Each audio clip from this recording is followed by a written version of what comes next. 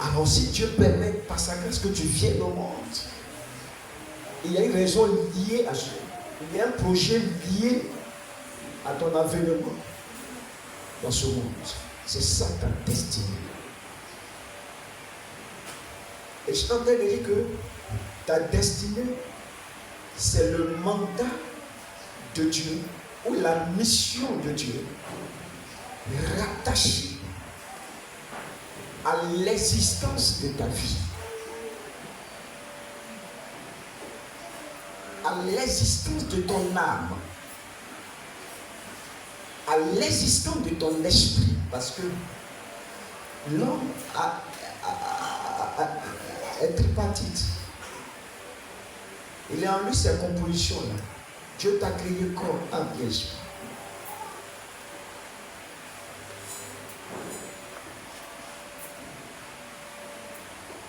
Amen. Amen. Prends conscience que tu as une mission à accomplir sur cette terre. C'est pour cela que tu vis. Tu n'existes pas sans mission. Tu dois pouvoir accomplir cette mission. Tu dois pouvoir accomplir ce mandat. Ta destinée, c'est un projet de Dieu pour toi. Il dit à Jérémie quoi? Voici des projets que j'ai formulés pour vous. Ça veut dire que Dieu a un projet pour toi. Quand tu lis Jérémie, verset, ces choses sont écrites dedans. Et voici le plan que j'ai établi pour toi.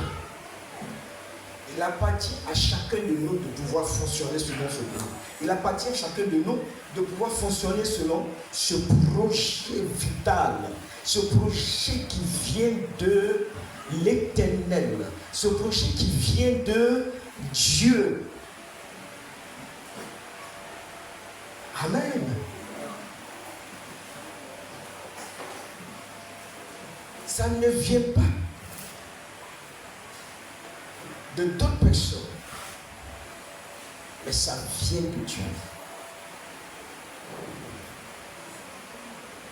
Et laisse-moi ajouter ceci à la définition de destinée.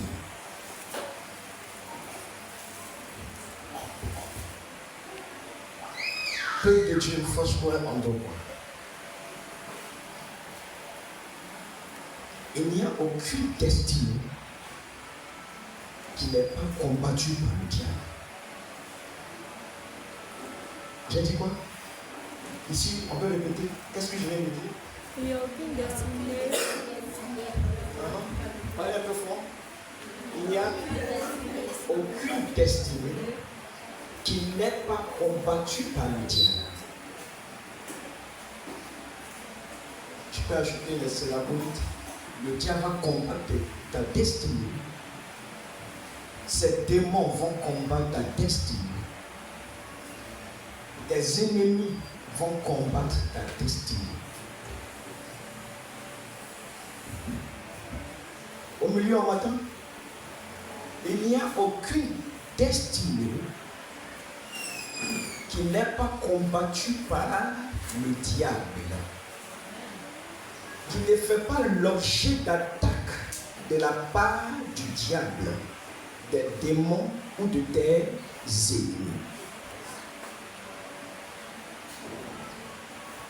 La preuve que ta destinée vient de Dieu, c'est quand elle est combattue. C'est quand elle est jalousée. Quand elle fait l'objet d'attaque de la part de tes ennemis. De ceux-là dont tu croyais qu'ils étaient avec toi, mais à cause de la destinée glorieuse de Dieu sur ta vie, qui se lève contre toi, et tu te rends compte, ah, il n'était pas avec toi.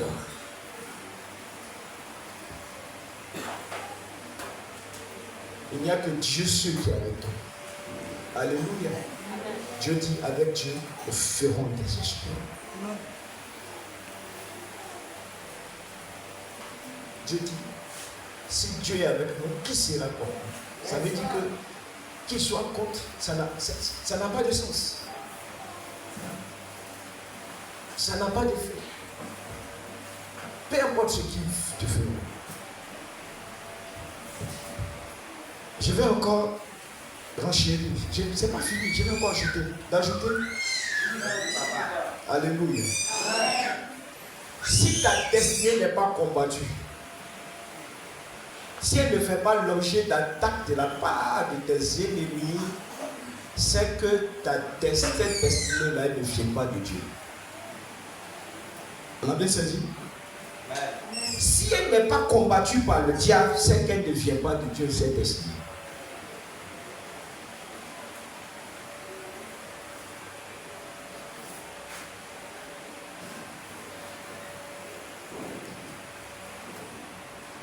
Si ton projet ne vient pas de Dieu,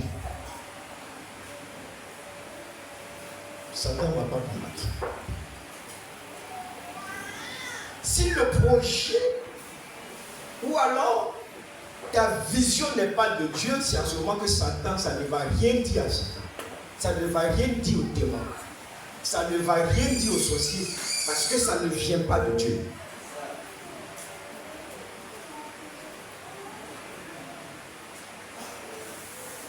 Joseph a eu une vision de la part de l'Éternel. N'est-ce pas? Dans sa vision, qu'est-ce qu'il a vu? Vous pouvez lire, je vous donne la référence. Genèse 37. Secrétaire, lis-moi le verset 5 d'abord et quelque chose.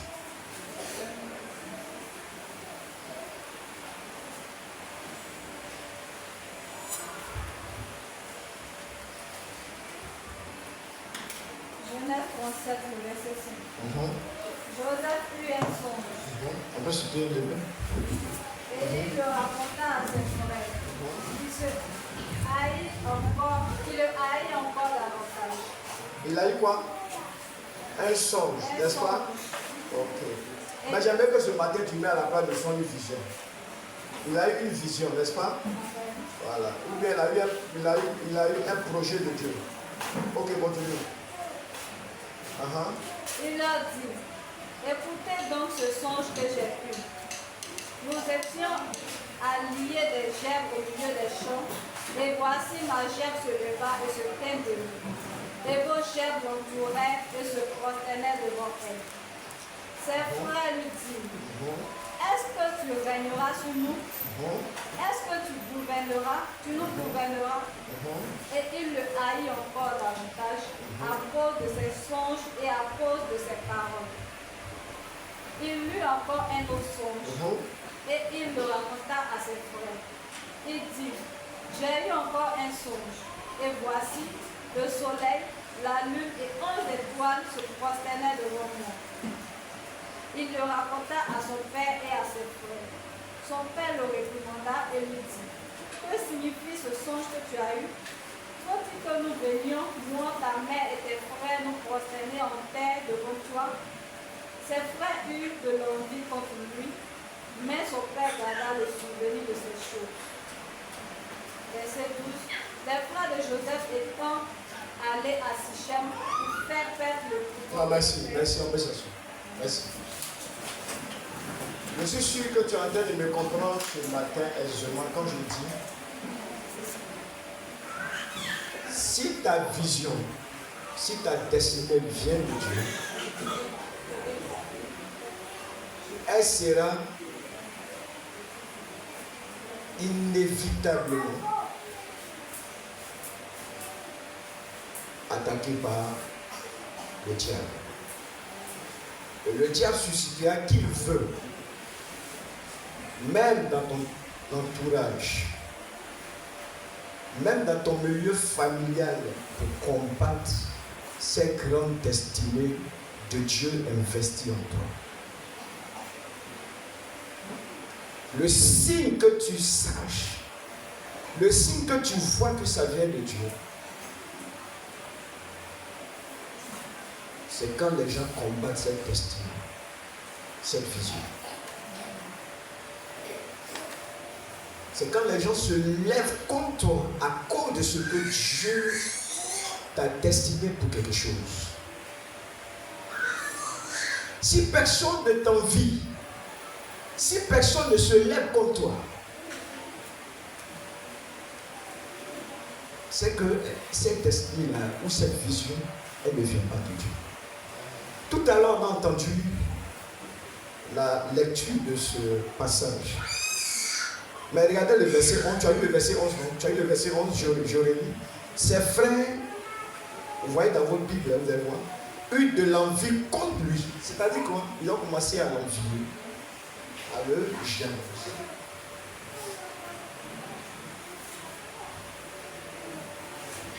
Vous avez vu, non?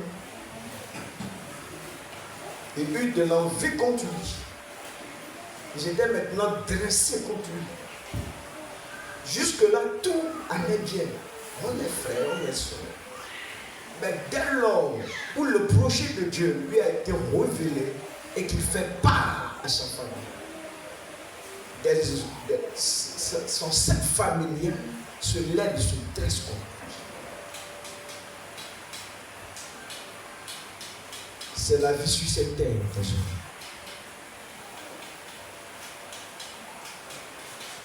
C'est la vie sur cette terre des hommes que nous sommes.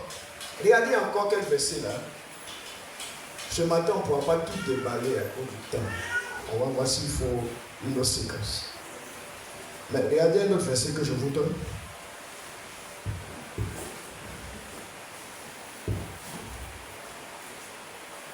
Le verset 18, toujours dans Genèse chapitre 7. Le verset 18. Il le vit de loin et avant qu'il fût près d'eux, ils complotèrent de le faire mourir. C'est quoi? De le tuer, de l'assommer. Il ne faudrait plus que ce monsieur-là vive.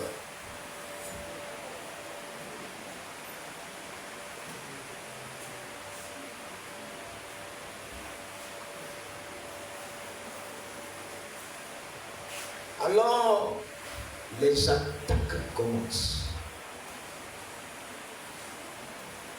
La haine commence.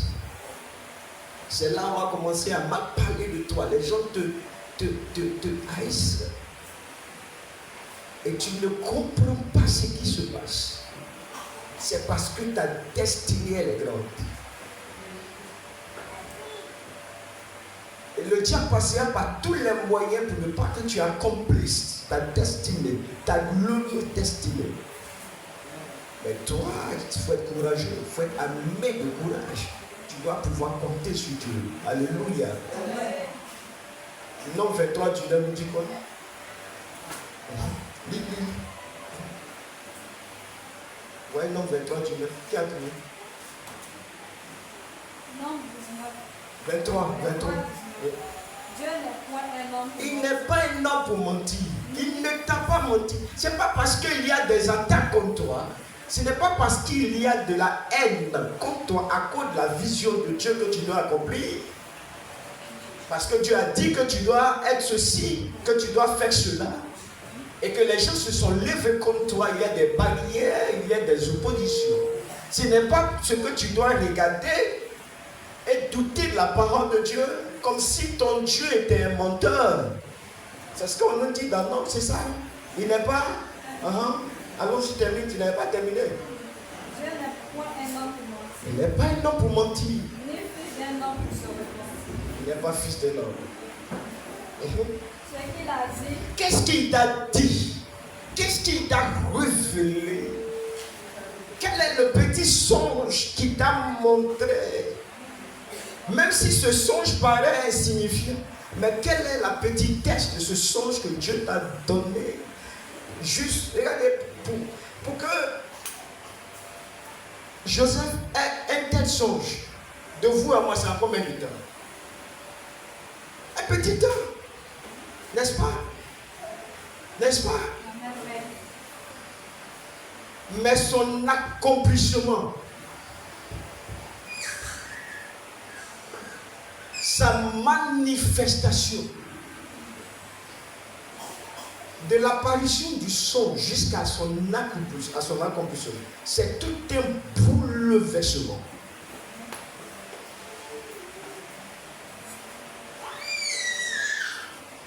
Alléluia. Amen. Tu as fini de lire, non? Fini? Ce qu'il a dit, Ce qu'il a dit, ne le fera-t-il pas? ne le fera-t-il pas? Ce qu'il a déclaré, Ce qu'il a déclaré à ton sujet, ne l'exécutera-t-il pas? ne l'exécutera-t-il pas? Qu'est-ce qu'il t'a montré? Qu'est-ce qu'il t'a dit? Quelle est la révélation que tu as eue? Quel est le projet qu'il t'a donné? Quel est le mandat divin pour lequel tu es venu sur cette terre, rattaché à ton existence? Alléluia. J'ai envie de te dire que ta vie même en elle-même est dernière. Mais c'est ici. Elle est dernière. On a vu des gens, on a allé au cimetière, tout le monde dit l'homme est. Mais ce qui est quelque chose, ce pourquoi tu existes, c'est la vision de l'Éternel pour toi. Alléluia. Plus important que ta vie. Et tu dois l'accomplir coûte que coûte. Sinon, ça serait une tragédie. Un manquement. Sinon, tu serais passé à côté de ta destinée. Sinon, tu ne sais pas ce pourquoi tu vis. Ce pourquoi tu existes, c'est que tu ne le sais pas. Tu existes parce que Dieu l'a voulu. Dieu l'a planifié. Dieu a tout calculé. Et il a dit, en tel temps, un homme naîtra. Il vivra selon une certaine Dieu. Mais voici ce qui le déterminait, voici ce qu'il accomplira de ma part. Il est le seul décideur par excellence. Il peut décider que tu vives en Côte d'Ivoire, il peut décider que tu naisses au Togo, il peut décider que tu naisses au Bénin, il peut décider que tu naisses aux États-Unis. Laissez-moi vous dire, Dieu ne se trompe jamais. Ceux qui ont l'imagination, c'est-à-dire qu'ils ont dans leur esprit certaine imagination. Non, mais moi, si Dieu m'avait fait peut-être aux États-Unis, c'est célèbre. Donc, Dieu s'est trompé pour te faire naître en Côte d'Ivoire. Pose la question à ton frère ou à ta soeur à côté de toi.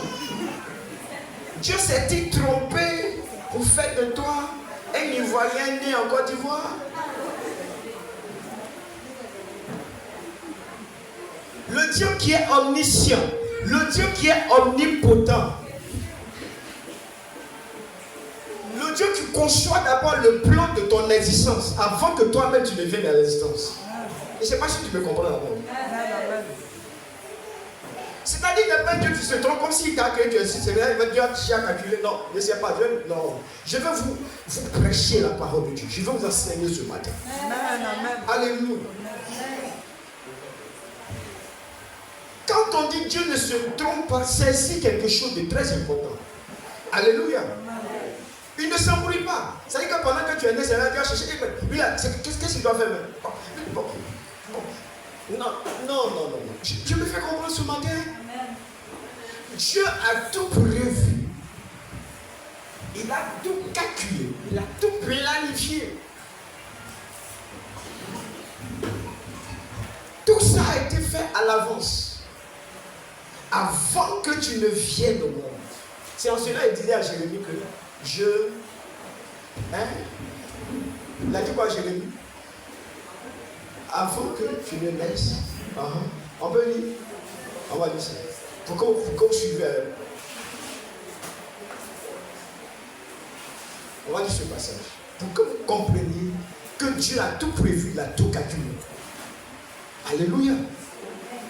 Son plan a été déjà exécuté.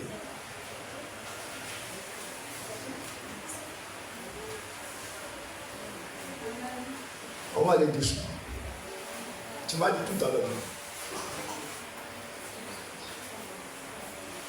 Ce Dieu-là, il a tout planifié, il a tout calculé.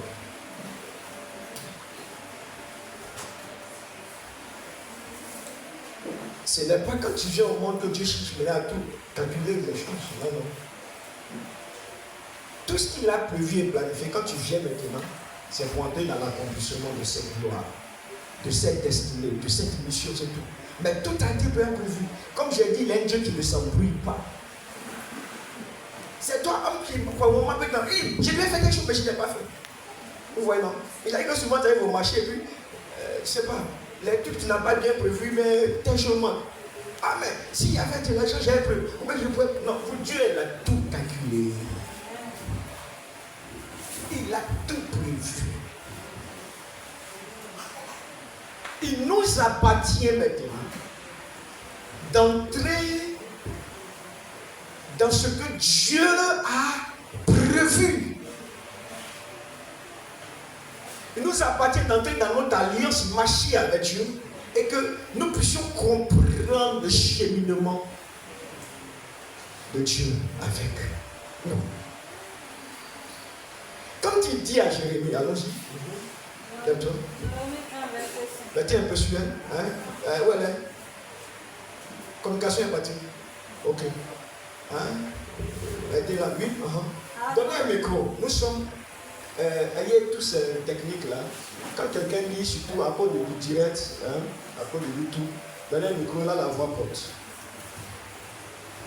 Ok. Jérémie 1, le verset 5. Avant que je t'eusse formé dans le ventre de ta mère. Il dit avant que je t'eusse quoi? Formé dans le ventre de ta mère. Vous voyez, non? Avant même que tu ne sois formé. Avant que tes os, tu ne sois même conçu. Je le connaissais. Oui. Et avant que tu fusses sorti de son sein. Avant que tu fusses sorti de son sein. Je t'avais consacré. Je t'avais consacré. Je t'avais établi prophète des nations. Regardez, je t'avais consacré et je t'avais établi prophète des nations. C'est-à-dire que c'est après tout ça là. Sans cela, Jérémie ne peut jamais venir au monde. Il ne peut jamais venir au monde. Sans cela, il en est de même pour toi. Sans cela, tu ne peux jamais venir au monde. Tu ne peux jamais naître.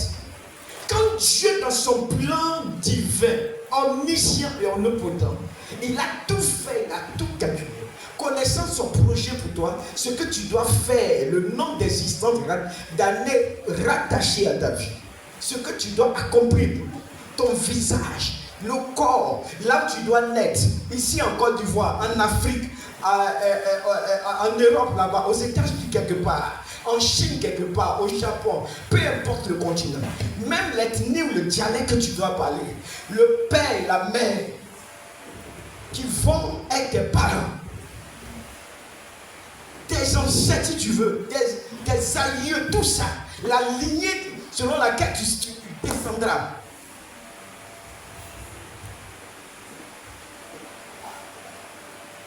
Depuis Adam, combien de siècles d'âge à traverser, de lignées à traverser, de générations à traverser. Dieu, quand il a tout fini ça, c'est là maintenant tu viens au monde. Raison pour laquelle il dit, lui, il te connaissait. Acclame sur Dieu. La question que je vous pose, quand le Dieu dans sa science, dans son omniprésence, dans son omniscience, quand il a fait tout ça depuis des années, des générations, toutes ces choses, quand Dieu sait toutes ces choses, maintenant que tu es né, c'est le reste que Dieu ne peut-il pas accomplir? C'est que tu n'as pas connu Dieu. Alléluia. Ce qui maintenant se présente à toi, c'est ça que Dieu n'a pas accompli. Ce qu'il a fait avant que tu ne viennes au monde est plus grand. Est-ce que vous me comprenez un peu? C'est la chose la plus grande. Le reste, quand tu existes, j'allais dire, c'est une facilité pour Dieu maintenant. Parce que tout a été planifié. Il nous connaît de A à Z. Alléluia. Raison pour laquelle, secrétaire, je vous dis, Dieu ne se trompe jamais.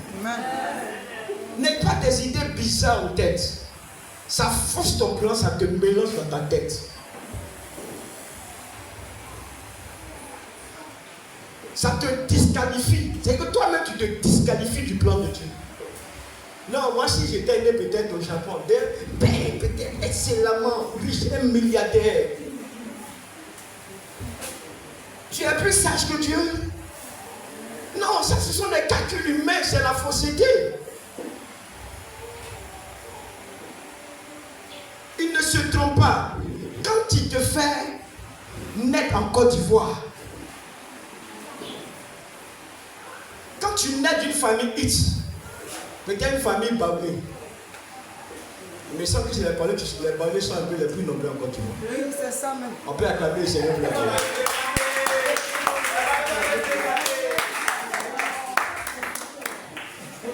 Alléluia. Donc, quand tu nais Baoulé, quand tu nais Agni, tu nais Balenké, ne te plains jamais. Dieu, il sait pourquoi il a fait cela. Alléluia.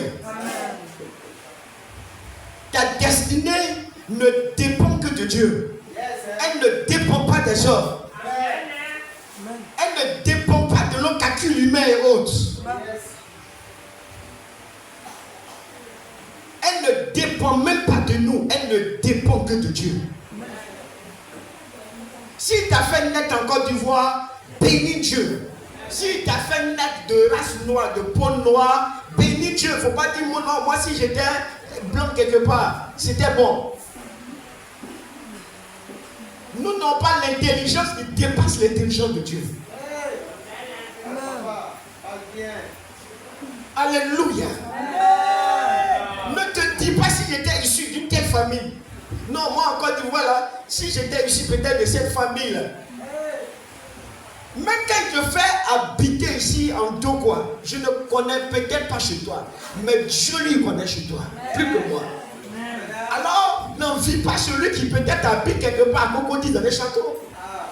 Ne dis pas, mais pourquoi moi c'est une telle famille qui m'accueille alors quand je viens au monde.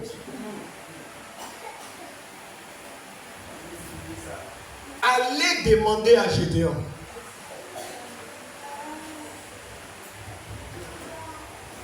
Il vous dira, sa famille était la plus faible, la plus pauvre. On va voir cela, Juge le chapitre 6. Secrétaire, ce matin tu es vraiment secrétaire. Tu as ton micro? Juge 6. Lis-moi le verset 11 jusqu'à 16, on voit des choses. On va vérifier des choses. Juge 6, à partir du verset 11. Puis vint l'ange de l'Éternel, et il s'assit sous le térubin d'Ophra, qui appartenait à Joas, de la famille d'Abiézer. Gédéon, son fils, battait du froment au pressoir, pour le mettre à l'abri de Madian. L'ange de l'Éternel lui apparut et lui dit, l'Éternel est avec toi, vaillant héros. Gédéon lui dit, ah, mon Seigneur, si l'Éternel est avec nous, pourquoi toutes ces choses nous sont-elles arrivées? Et où sont tous ces prodiges que nos pères nous racontent quand ils disent, l'Éternel ne nous a-t-il pas fait monter hors d'Égypte? Maintenant, l'Éternel nous abandonne et il nous livre entre les mains de Madian. L'Éternel se tourna vers lui et dit, va avec cette force que tu as et délivre Israël de la main de Madian. N'est-ce pas moi qui t'envoie? Gédéon lui dit, ah mon Seigneur, avec quoi délivrerai-je Israël? Voici, ma famille est Ça, c'est quel verset? Quel verset? Verset 15. Verset 15. Ok. Alors, voici, ma famille est la plus pauvre en Manassé, Et je suis le plus petit dans la maison de mon père. Le verset 16, l'Éternel lui dit, mais je serai avec toi et tu battras Madian avec un seul homme, comme un seul homme. Ok. Tu t'as vu à quel verset? Verset 16. D'accord. Je vous donne encore une différence. Tu as lu juste combien? Juste 6. Verset 11 au verset 16.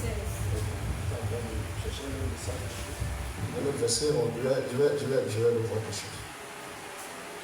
Juge 6.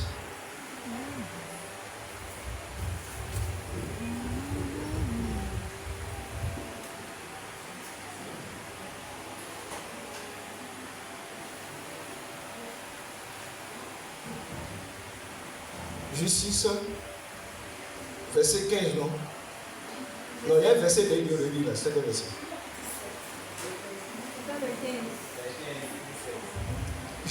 J'ai déjà dit quoi? J'étais oppressé par les Madianites au temps des juges.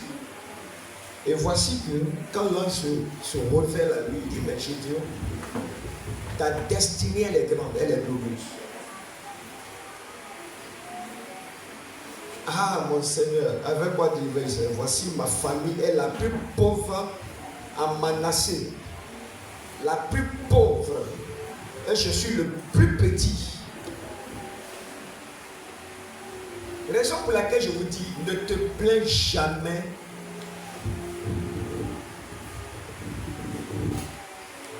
de la famille d'où tu viens. Ne te plains jamais du village où tu viens. Ne te plains jamais de l'environnement où tu vis. Que tu sois en Dokwa, que tu sois ici. Même du lieu où tu vis, de la maison dans laquelle tu vis. Ne te plains pas même du continent où tu viens. Est-ce que vous comprenez ce que je suis en train de vous dire? Non, moi-même, là, pourquoi je suis africain? Je ne peux être, comment on appelle, européen ou américain. Quand tu dis ça, c'est que tu es en train de dire à Dieu qu'il s'est trompé, qu'il a mal fait. Ce Dieu qui dit qu'il a des projets, des plans merveilleux pour toi, des projets glorieux de paix. Et que lui, Dieu, il va accomplir ce projet. Il te demande que tu t'attaches à lui, que tu vis selon lui, que tu mettes ta confiance en lui, la foi en lui, que tu t'abandonnes en ses mains. Ça veut dire que pour que le plan et le projet de Dieu s'accomplissent, cela ne dépend que de Dieu et de toi. Ça ne dépend pas de là où tu vis. Maintenant, ce que tu ne sais pas,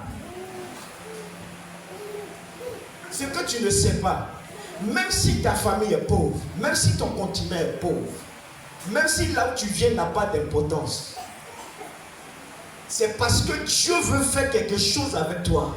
Amen. Qui va étonner le monde. Amen. Et qu'une personne née dans telle famille, dans tel continent, Dieu a pu faire quelque chose de grand et de glorieux à cette personne. Amen. Alléluia. Amen. Tu peux paraître vil, pas d'importance devant les gens. Mais Dieu te voit, il te donne l'importance. Yes. Dieu t'a calculé. Dieu compose avec toi. Il baptise avec toi. Alléluia. Amen. Et voici ce qu'il a fait à Gédéon, qui a été juge en Israël. Qui aurait cru que quelqu'un de si petit, avec petitesse de taille, dont la famille n'est pas calculée, qui est pauvre. Ce que Dieu veut faire avec toi, c'est ça qui est l'importance. C'est le projet de Dieu qui est le plus important. Et non ta femme.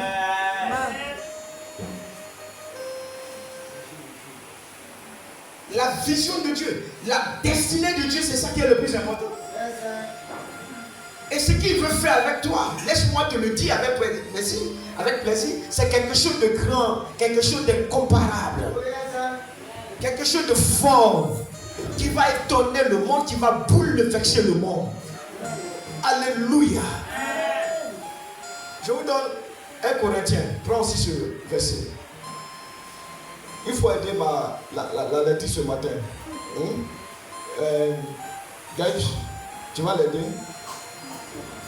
1 Corinthiens 1, après verset 29 et 25 et 29.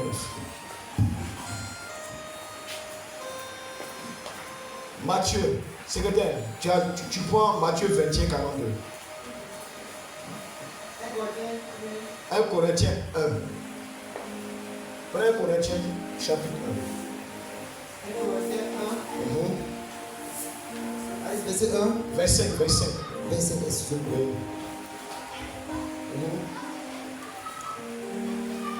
Car la folie de Dieu est plus sage que les hommes. Et la faiblesse de Dieu est plus forte que les hommes. Verset 26. Considérez, frères, oui. que parmi vous Oui. qui avez été appelés, Parmi vous qui avez été appelés, il n'y a ni beaucoup de sages il n'y a pas beaucoup de sages. selon la chair, Selon la chair. beaucoup de Selon la chair. ni beaucoup Ni de nobles beaucoup de puissants. puissants. Ça dit que non, on ne voit pas Antoine, tu ne viens pas de grande famille, on ne te connaît pas, il n'y a pas assez de noms, il n'y a pas assez de ceci, cela. Oui, continue. Ni beaucoup de nobles. Mais Dieu a choisi les choses fortes. Dieu a choisi les choses Fortes. les choses folles Du monde. monde Confondre les sages. pour confondre les sages. Dieu a choisi les choses faibles du monde Dieu a choisi les choses faibles pour confondre les fortes. pour confondre les fautes. Et Dieu a choisi les choses viles du monde. Regardez, les choses viles, ce à quoi l'homme n'attache pas assez de crédit, ce à quoi Dieu n'attache pas, la lecture est finie. Ce à quoi Dieu n'attache pas assez les hommes n'attachent pas assez d'importance. Ils n'attachent pas assez de considération. Quand les gens ne te considèrent pas, il y a un Dieu qui te considère. Quand les gens ne te calculent pas, il y a un Dieu qui te calcule. Yes. Quand les gens ne te voient pas, il y a un Dieu qui te voit. Il t'a vu avant que tu naisses. Alléluia. Ils ne sont pas en mesure de connaître le plan de Dieu pour toi. Mais toi, tu dois le découvrir et tu dois le connaître. Quel autre verset? Oui, continuez avant. Mais Dieu a choisi les choses folles du monde pour confondre les sages. Dieu a choisi les choses faibles du monde pour confondre les fortes. Et Dieu a choisi les choses viles du monde et celles qu'on méprise, celles qui ne sont point, pour réduire à néant celles qui sont, afin que nulle chair ne se glorifie devant Dieu. Alléluia. Dieu va le faire. Obligatoirement, il va le faire. Nécessairement, il va le faire. Pourquoi? Parce qu'il veut donner gloire à son nom à partir de ta vie. Ta vie que les hommes n'ont pas considérée. Toi que les hommes ont méprisé. Toi qui l'ont vilipendé. Ils t'ont insulté, ils t'ont méprisé. C'est ça qu'on appelle la folie de Dieu. Parce que quand Dieu fait ça, les gens sont étonnés.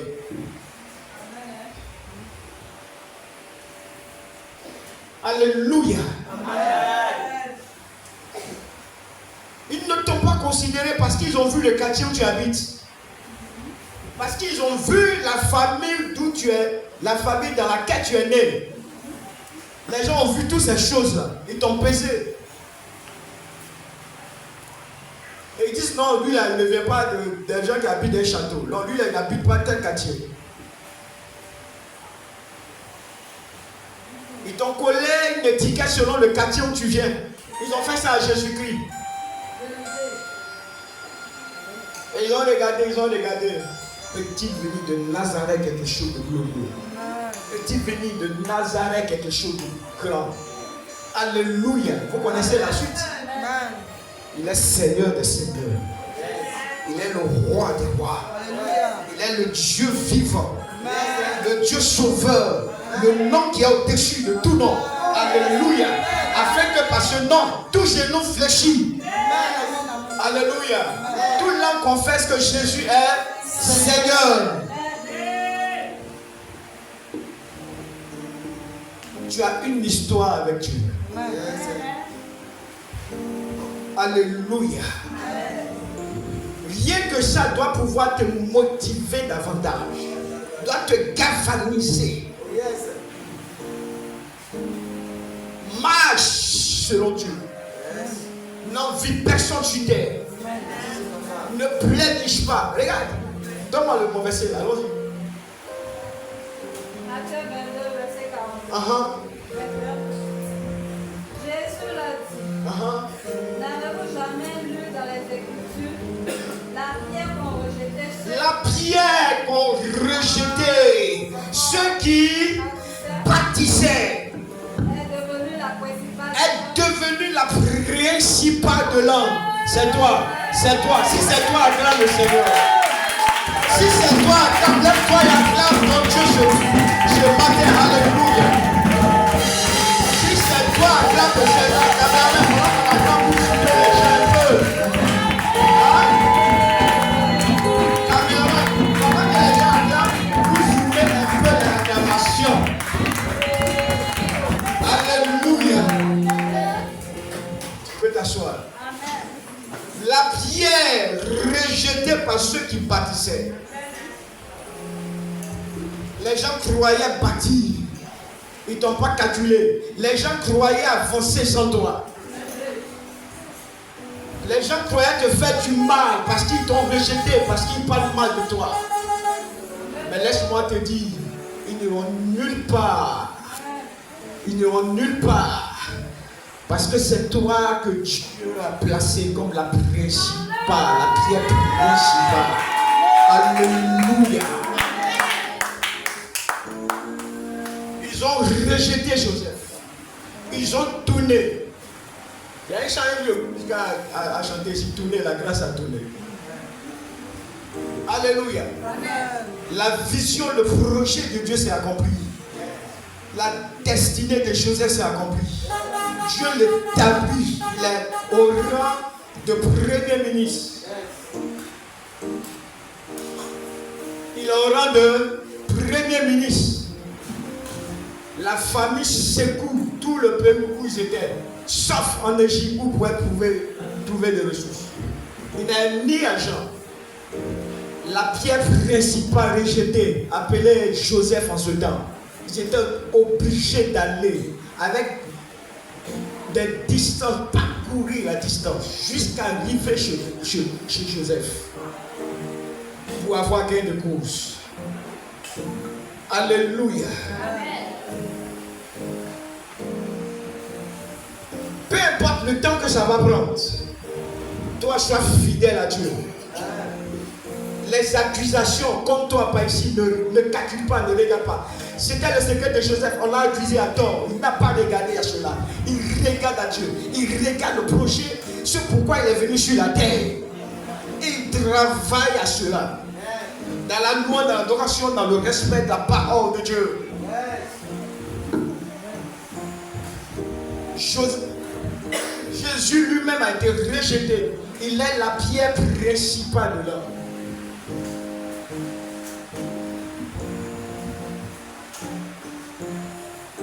Ce que Dieu a dit sur toi, c'est ça qui a d'importance. Quand je parle de destinée. Alléluia. Quand je parle de destinée, c'est ça qui est important. Sinon, la famille d'où tu viens n'a pas d'importance. Le lieu où tu vis n'a pas d'importance. Mais ce que Dieu va faire avec toi, et que l'homme témoigne que Dieu a fait ça à partir de toi, et que la gloire revienne au Seigneur, et que tu sois le premier à glorifier Dieu de ce qu'il a fait dans ta vie.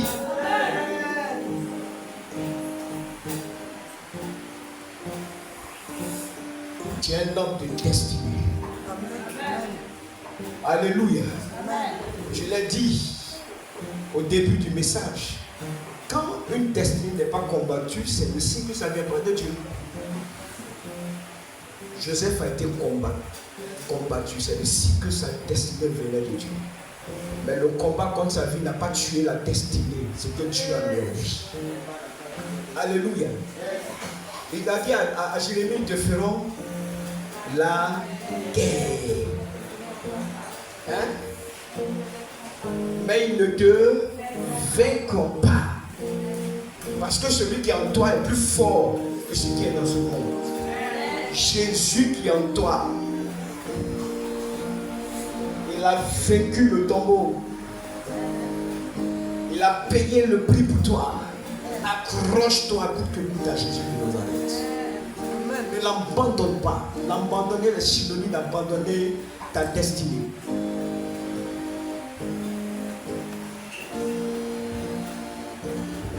Amen. Marche avec lui. C'est en lui que la destinée s'accomplit.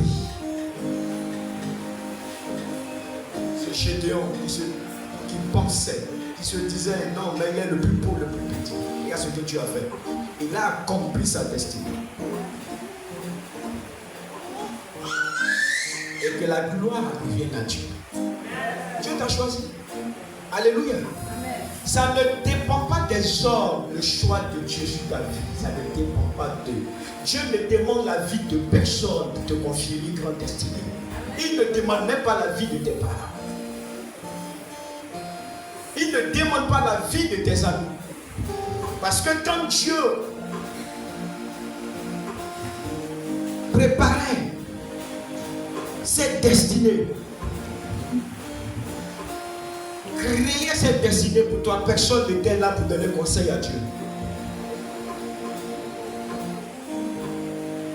Personne. Alléluia.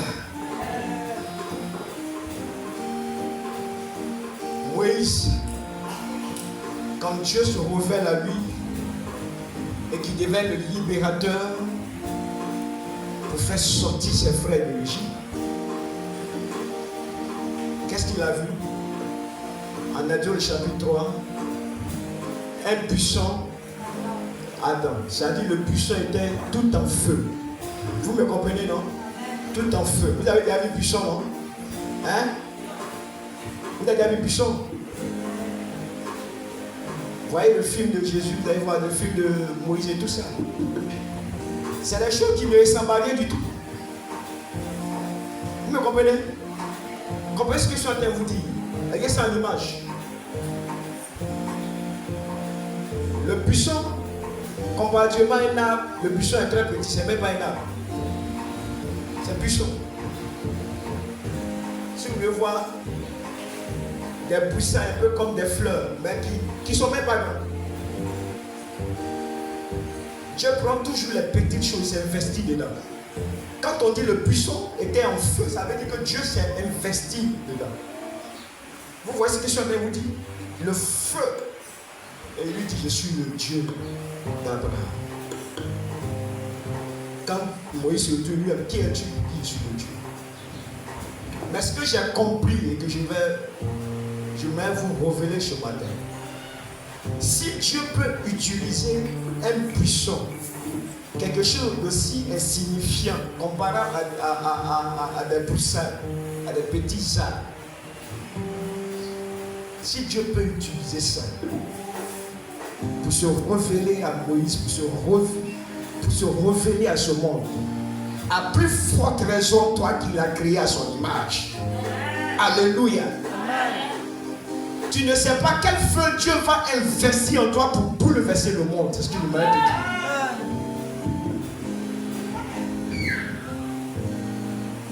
On dit même que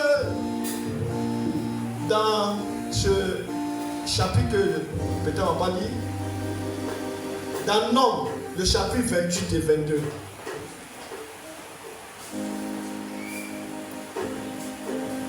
Vous voyez ça? Il faut faire la lecture. J'ai juste un petit temps. 30. Nombre 28. 22 à 28.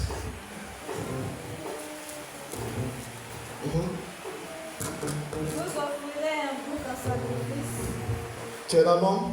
Nombre 28. Hein? Chapitre 22. Oui, oui. Vous offrirez un bouc en sacrifice d'expiation. Bon, prends 22 alors. Nombre 22. Et puis voilà le verset 28. On dirait que j'ai un verset.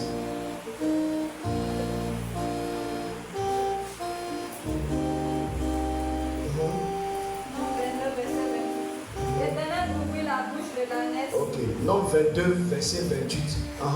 L'Éternel ouvrit la bouche de l'ânesse et elle dit à Balaam, que t'ai-je fait pour que tu Merci. m'appelles? L'Éternel ouvrit la bouche de l'ânesse. L'ânesse c'est quoi? Petit de l'âne. Même pas grand, mais petit. Et puis on dit quoi? Dieu ouvre sa bouche. Un animal. Si Dieu a pu ouvrir la bouche d'une ânesse pour parler aux hommes, à plus forte raison, toi, homme, femme, que Dieu a créé à son image. Est-ce que tu peux comprendre à quel niveau Dieu veut ouvrir ta bouche et t'utiliser pour parler de lui, pour glorifier son nom? Alléluia. Tu dois savoir quelle est la destinée rattachée à ton existence ce matin. Et qu'il a pu faire ça avec un animal. Et moi qui suis homme conçu de chair et des os, créé à l'image de mon Dieu. Un animal n'est pas créé à l'image de Dieu, mais pourtant Dieu l'utilise.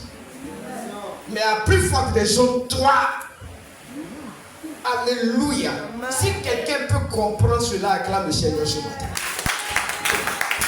Parce que tu es plus qu'une ânesse. Tu es plus qu'une ânesse. Il y a des aptitudes, des compétences en toi. Dieu a mis ces choses en toi. Ne joue pas avec ta destinée. Ne joue pas avec ta destinée. Il a dit à Jésus, je mets mes paroles dans ta bouche. Au-delà de ce qu'il a fait avec l'ânesse, il y a des choses que Dieu va mettre dans ta bouche et que tu dois faire retentir pour la gloire de Dieu. Seulement dispose-toi et sois à ta place que Dieu le fasse. Alléluia. Alléluia. Rien n'est impossible à ce Dieu-là. Si les hommes se consacrent davantage, Dieu va vous utiliser autant qu'il le voudra. Et le monde sera épaté de ce que Dieu a en train de faire. Ils ne pourront pas comprendre que toi, né dans tel quartier, habitant le pouvoir de voir, né de telle famille, et que Dieu a pu faire cela avec ces personnes. Mais c'est ça, le plan de Dieu, le plan extraordinaire, qui n'est pas le plan des hommes. Alléluia. Ce matin,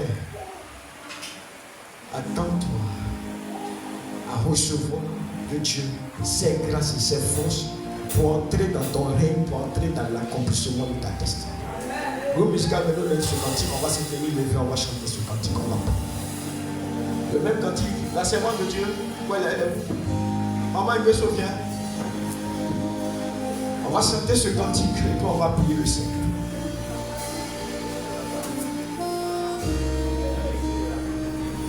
On va chanter ce cantique. Tu as une destinée. Elle vient de Dieu. C'est pour ça qu'elle est combattue. Tout porteur de grande destinée est combattu à cause de sa destinée. C'est pas pour autant que tu vas jeter le porche. C'est pas pour autant que tu vas désespérer. Persévère avec Dieu. Ce que tu vas faire avec toi va bouleverser ce monde.